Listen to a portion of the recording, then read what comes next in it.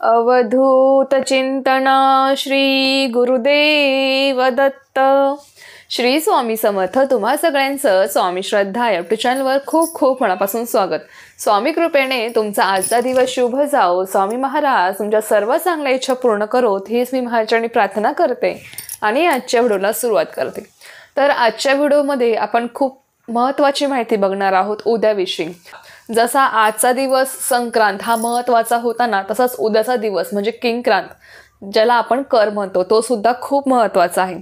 पण करीच्या दिवशी विशेष करून बहुतेक जण या गोष्टीकडे लक्ष देत नाहीत.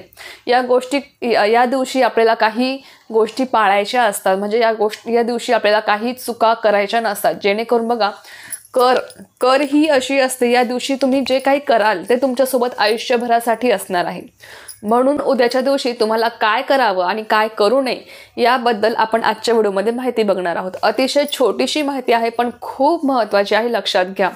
आपण या गोष्टींकडे लक्ष देत नाहीत, पण याच गोष्टी आपल्या आयुष्यावर खूप जास्त परिणाम करून जातात आणि नंतर आपण म्हणतो की मला एवढं दुःख का, मला एवढा त्रास का. म्हणून अशा बारीक बारीक गोष्टींकडे लक्ष देणंही तेवढंच महत्त्वाचं आहे. बघा, आज संक्रांती देवीने संक्रासुराचा वध केला होता, म्हणून आजच्या या दिवसाला संक्रांत असं म्हणतात. आणि उद्या आहे किंक्रांत या दिवशी उद्या देवीने किंक्रासूर नावाच्या राक्षसाचा वध केला होता, म्हणून त्या नावावर किंक्रांत असं नाव पडलं आहे. किंक्रांतलाच आपण कर म्हणतो. बघा, या दिवशी तुम्हाला कोणत्या गोष्टी करायच्या नाही ते तुम्हाला मी सांगते. उद्याच्या दिवशी कोणतंही शुभ काम तुम्हाला करायचं नाहीये.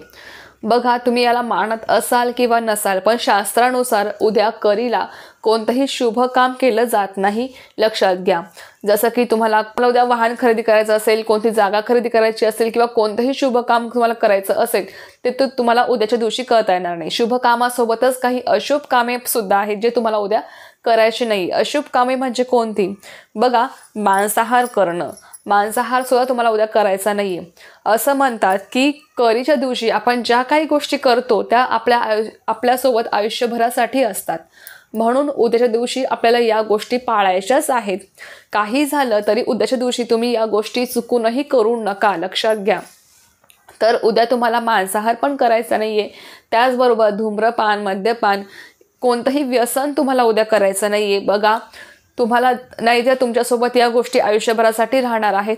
म्हणून लक्षात घ्या, उद्याच्या दिवशी तुम्हाला या कोणत्याही गोष्टी करायच्या नाही आहेत.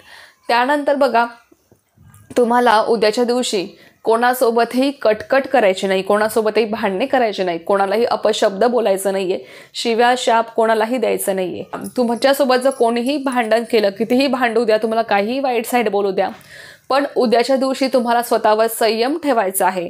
तुम्हाला त्याला स्वतःहून कोणालाही भांडायचं नाही. आणि कोणी जरी आपल्याला भांडायला आला ना तरी आपण संयम ठेवून शांत राहायचं आहे. किमान उद्याच्या दिवशी तरी तुमच्या तोंडून कोणालाही अपशब्द बोलले जाणार नाही, कोणाचाही अपमान होणार नाही, कोणाचाही मन दुखवलं जाणार नाही. या दिवशी आपण जे काही करतो ते आपल्यासोबत आयुष्यभरासाठी असतं. तुम्ही जर त्याला शाप दिला तर कदाचित तो उलटून तुमच्यावर सुद्धा येऊ शकतो. तुम्ही त्याला जे काही अपशब्द बोलाल ते उलटून तुमच्यावर सुद्धा लागू पडू शकतात.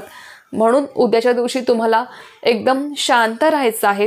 तुम्हाला कोणी कितीही त्रास देऊ द्या, तुम्हाला काहीही बोलू द्या, अपशब्द बोलू द्या, शिव्या शाप देऊ द्या, पण तुम्हाला उद्याच्या दिवशी कोणालाही भांडायचं नाहीये. किंवा आपल्या घरात सुद्धा तुम्हाला कोणत्याही प्रकारची कटकट उद्याच्या दिवशी करायची नाहीये. कोणतीही नवरा बायकोचे भांडणं असतातच, पण उद्याच्या दिवशी तुम्हाला शांत राहायचं आहे. जेवढं तुम्हाला चांगलं वागता येईल उद्याच्या दिवशी तेवढं तुम्हाला चांगलं वागण्याचा प्रयत्न करायचा आहे, लक्षात घ्या. तर सगळ्यात महत्त्वाचं काम म्हणजे उद्याच्या दिवशी तुम्हाला भांडणं करायचं नाही, कोणत्या प्रकारची कटकट करायची नाही, मांसाहार, धूम्रपान, मद्यपान, कोणत्या प्रकारचं व्यसन तुम्हाला करायचं नाहीये. या गोष्टी तुम्ही पाळल्याच पाहिजे, लक्षात घ्या. आता बघा उद्याच्या दिवशी तुम्हाला काय काय कामं करायची आहेत ते तुम्हाला मी सांगते. सगळ्यात आधी सकाळी लवकर उठून पहाटे 7 ते 8 वाजेपर्यंत सूर्याला तुम्हाला जल अर्पण करायचं आहे. त्याच्यामुळे तुम्हाला तीळ घालून सूर्याला जल अर्पण करायचं आहे. ओम सूर्याय नमः या मंत्राचा जप तुम्हाला करायचा आहे आणि सूर्यदेवाचा आशीर्वाद प्राप्त करून घ्यायचा आहे. त्यानंतर आपला उंबरा स्वच्छ करून उद्या आपल्या घरातली निगेटिव्हिटी आपल्याला बाहेर काढायची आहे. त्यामुळे उंबऱ्याला हळदीचं लेपन अवश्य करावं. आणि उंबऱ्यावर तुम्हाला काही 3 वस्तू जाळायच्या आहेत ते तुम्हाला मी सांगते. या 3 वस्तू म्हणजे कोणत्या? तुम्हाला उद्या 7 कापराच्या वड्या घेऊन त्यामध्ये 3 लवंगा आणि काळी मोहरी किंवा पिवळी मोहरी तुमच्याकडे असेल तर पिवळी मोहरी घ्या किंवा काळी मोहरी घेतली तरी चालणार आहे, चिमूटभर घ्यायची. आणि या 3 वस्तू एकत्रित करून तुम्हाला एका तांब्यामध्ये ठेवून किंवा पंथीमध्ये ठेवून संध्याकाळच्या वेळेस तुम्हाला या 3 वस्तू उंबऱ्याजवळ तुमच्या मुख्य दरवाजाच्या बाहेर बसायचं. उंबऱ्याजवळ बसून तुम्हाला या 3 वस्तू जाळायच्या आहेत. त्या वस्तू जळत असेपर्यंत तुम्हाला श्री स्वामी समर्थ श्री स्वामी समर्थ या मंत्राचा तुम्हाला जप करायचा आहे, लक्षात घ्या. जेणेकरून तुमच्या घरातली जी काही निगेटिव्हिटी असेल, नकारात्मकता असेल ती घराच्या बाहेर जाईल आणि तुमच्या घरामधलं वातावरण हे प्रसन्न होईल.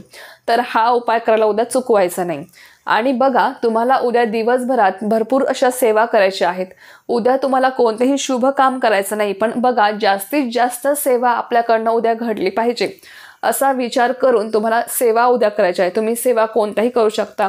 नित्य सेवा तुम्ही ज्या ज्या करता त्या तुम्ही करा. सारामृताचे 3 अध्याय, 11 माळी जप, त्यानंतर गुरुचरित्र 14वा किंवा 18वा अध्याय, श्री सूक्ताचं पठण, सिद्धकुंजिका स्तोत्राचं पठण, त्यानंतर व्यंकटेश स्तोत्राचं पठण तुम्हाला करायचं आहे. त्यानंतर विष्णू सहस्रनाम स्तोत्र तुम्हाला वाचता तर अवश्य वाचण्याचा प्रयत्न करा. तुम्हाला जेवढा जास्तीत जास्त सेवा उद्या करता येईल ना तेवढ्या करण्याचा प्रयत्न करा. जेणेकरून बघा, उद्याच्या दिवशी तुम्ही जे काय करणार ते तुमच्यासोबत आयुष्यभरासाठी राहणार आहे. म्हणजे तुम्ही जर सेवा जरी केल्या ना तरी त्या सेवाचं फळ तुम्हाला आयुष्यभरासाठी मिळणार. म्हणून ही गोष्ट लक्षात ठेवून मनोभावे उद्या तुम्हाला जास्तीत जास्त सेवा करायच्या आहेत. नाही सेवा करायला जमत, तुम्हाला जॉब आहे, बिझनेस आहे, तुम्हाला बाहेर कुठे जावं लागतं, तर तुम्ही अखंड नामस्मरण करा. नामस्मरणा एवढी मोठी सेवा कोणती नाही आहे. खूप जास्त ताकद नामस्मरणामध्येच असते, पण आपण नामस्मरणाकडे विशेष लक्ष देत नाही. आणि नामस्मरण अशी गोष्ट आहे की आपण ती कुठेही कधीही करू शकतो, त्याला बंधन नाही आहे. म्हणून तुम्ही जर उद्या तुम्हाला जर कोणतीच सेवा करायला जमलं नाही ना, तुम्ही प्रवासात नामस्मरण करू शकता, तुमच्या कामाच्या ठिकाणी नामस्मरण करू शकता. महिलांना सुद्धा जर उद्या कोणतीही सेवा करायला जमलं नाही तर त्यांनी नामस्मरण करायला चुकवू नका. ही एवढी गोष्ट लक्षात ठेवा. जास्तीत जास्त आपल्याकडनं सेवा उद्या घडली पाहिजे याचा विचार करा आणि त्यानुसार उद्या तुम्हाला सेवा बघा, आधीच ठरवून ठेवायचं की मला आज या सेवा करायच्या आहेत. आणि आपण जेव्हा आधी ठरवतो ना, मला आज माझ्याकडनं एवढ्या सेवा झाल्याच पाहिजे, मला एवढ्या सेवा करायच्याच आहेत, तर आपण आपोआप आपल्याकडनं त्या गोष्टींसाठी, त्या सेवांसाठी आपल्याकडनं वेळ निघतो. आपण त्या सेवांसाठी वेळ तेवढा देतो. म्हणून आधीच विचार करून ठेवायचा की आपल्याला काय काय सेवा करायच्या आहे. आणि नाही सेवा करणं शक्य तर किमान नामस्मरण तरी उद्या करायला चुकवू नका. अखंड आपल्या स्वामींचं नामस्मरण करा किंवा तुम्हाला ज्या देवाचं नामस्मरण करायला आवडतं त्या देवाचं तुम्ही करायला चुकवू नका. तर चला, ही खूप छोटीशी माहिती होती पण खूप महत्त्वाची होती उद्याच्या दिवसासाठी. तर चला, पुन्हा भेटूया अशाच एका नवीन व्हिडिओसोबत किंवा नवीन विषयासोबत. तोपर्यंत सर्वांना श्री स्वामी समर्थ. जय जय स्वामी समर्थ.